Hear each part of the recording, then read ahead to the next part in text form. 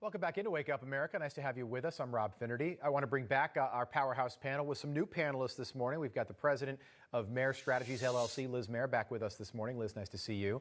National Advisory Board member for Project 21, Christopher Arps, is here. Former Trump campaign aide Rick Gates is here, and our White House correspondent John Gizzi joining us this morning as well. John, good morning. I'd like to start with the Liz Cheney situation. We just had Congressman Tim Burchett on from Tennessee. Rick, did you hear that line about being ammoed up? I did indeed. Great line.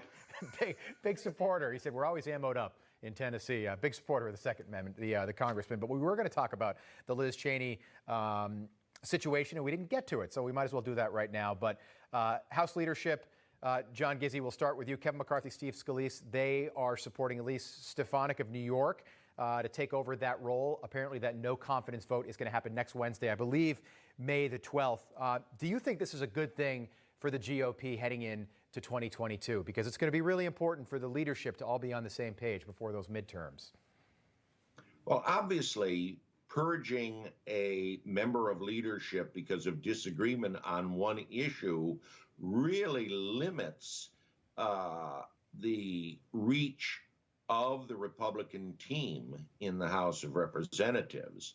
Now, having said that, it's not just the opposition to former President Trump, but it's a lot of other things in which Liz Cheney makes a case that she's out of touch with the newer Republicans who are being elected. Right. Writing in the Washington Post last week, Henry Olsen said her foreign policy stands and other positions are removed from the people coming in. So I would say, while a purge is not a pretty thing, and I've covered some of these in the past in the House, divergency on major issues is, and I'd say this is along with her opposition to the former president, a case for Liz Cheney leaving the leadership. And she can still, Liz, she can still say whatever she wants once the vote happens. It's clear that she doesn't have Kevin McCarthy's support. You don't have Kevin McCarthy's support in the House, you're done. Right. And I think that her team and she are very cognizant of that. I think that they're willing to sacrifice the leadership role, knowing that as a member of Congress, rank and file, she'll still be able to speak out and say whatever she wants. I do think that there are some potential issues with swapping her out for Elise Stefanik, though. And one thing that I've just been thinking about this morning, amongst other things, is that having Elise Stefanik not in a leadership position has really freed her up to do a lot of fundraising and a lot of candidate recruitment. And I do sort of wonder if she steps into this role, if that might actually be damaging to where the party's going heading into the 2022 elections. You know, you can be stretched too thin. And I think that her strength isn't necessarily where policy is concerned. I think that her strength is much more where it comes to the raw politics. Oh, that's interesting. And we forget, people forget that in February there was a no confidence vote. Liz Cheney survived that vote because Kevin McCarthy supported her at that time. But I sort of am of the opinion that she ascended to the leadership more because of her last name at that time being a Cheney. I wanted to, people are still wearing masks outside. Some people, Joy Reid over at MSNBC made it clear that she jogs through Central Park with 2 masks on, even though she's fully vaccinated. And I saw a video of our vice president yesterday at Joint Base Andrews, and she, well, she's definitely still wearing a mask. Take a look at this video. I'm going to kind of narrate it because there's no sound, but she's walking to get on Air Force 2. That's her husband. She grabs by the shoulder, and there is a big, not wet kiss because they are both very clearly still wearing masks as they embrace there. And Rick, I just think that's where we are as a country right now. That sums up the mask debate right there. Well, the message from the administration is convoluted, it's confusing, and it's in large part why the American public is refraining from getting the vaccination.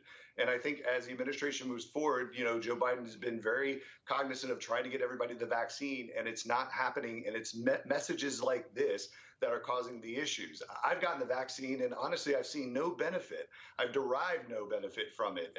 Nobody's even asked me if I've gotten the vaccine. So until we get to a point where we can show that the vaccine actually matters, I think there are a lot of people that are going to refrain from getting it. And what happened yesterday certainly doesn't help in having our two top leaders of this country demonstrate that they're expressing confusion over what is important and what's not in the vaccination process. Yeah, and I've made mistakes too. I've had a cup of coffee before, and I've tried to take a sip of it with a mask on, and I'll catch myself and be like, well, that was kind of goofy. I think we've all been there. It's been a weird 15-month period. But, to see the dichotomy there of 78-year-old Joe Biden not wearing a mask with 96-year-old Jimmy Carter and his wife, Dr. Jill Biden, and, of course, Rosalind there. First of all, it's a really weird picture. We talked about that yesterday. But then Joe Biden and his wife, Dr. Jill, put their masks on the second they leave.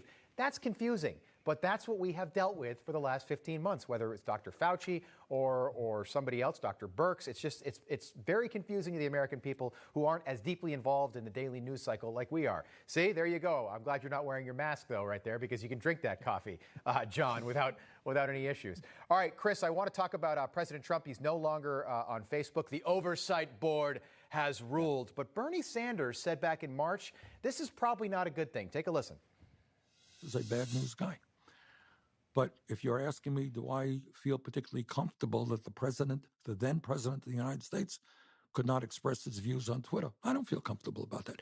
Do you want the internet to be used for authoritarian purposes and insurrection, if you like? No, you don't.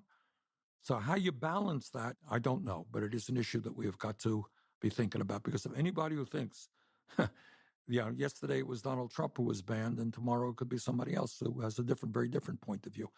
So I don't like giving that much power to a handful of high-tech people. So we played that in its entirety from March because it's interesting to hear incredibly progressive Bernie Sanders saying that. And by the way, he makes a good point. The authoritarians right now, Chris, would be the Democrats. They're the ones in complete control of messaging on social media. Exactly. Boy, talk about a broken clock being right twice a day. I thought I would never agree with Bernie Sanders on anything. But regarding the mask regarding this Facebook, I didn't even know President Trump had a chance to be reinstated. I thought when he was banned, that was it forever. This so-called Supreme Court that Facebook has is really, if you look at it, is more important than the Supreme Court of the United States, when these people can censor and deplatform the most powerful man in the world at that time, the President of the United States. And there seems like a massive double standard here. John, isn't it interesting that yesterday, if you flipped on one of the other cable news networks, the messaging was so different. It's like this is a legal board that's got some actual authority, and they kept using the word ruling, like this is a court of law. This is people that know Mark Zuckerberg and are sponsored by Mark Zuckerberg, who are doing what Mark Zuckerberg wants them to do. But the messaging is they've even got a verified Twitter account. The Oversight Board has ruled. It's ridiculous, it's confusing, and it's mixed messaging, to say the least. Right. It's self-judgment is what it is. And certainly by Facebook, I will say 2 points. That first, to quote Bernie Sanders' fellow New England senator from long, long ago and far away, Daniel Webster, I don't agree with what you say, but I defend to the death your right to say it. And another point to make, many have just accepted this and moved on. There's a gentleman, and I hope I'm saying his name right, Mr. Avila, on the West Coast, who's setting up a new website of his own called Right Force to counter those who would censor or deplatform a message they don't agree with. What is it, John? Did you say Right Force? It's Right Force? Yes. So like Space Force? Mm-hmm. Okay. I like that. So it's going to continue that theme and it's going to be just for conservatives? I think it'll be just for conservatives, but I think it would be certainly not hostile to those who disagree with. Yeah. But it is conceived from the notion of having internet servers shut out opinions they deem unpopular. And I think that we're going to see a lot of this coming up. The entrepreneurial spirit in America has been born in so many cases by those who would deny or make distant services.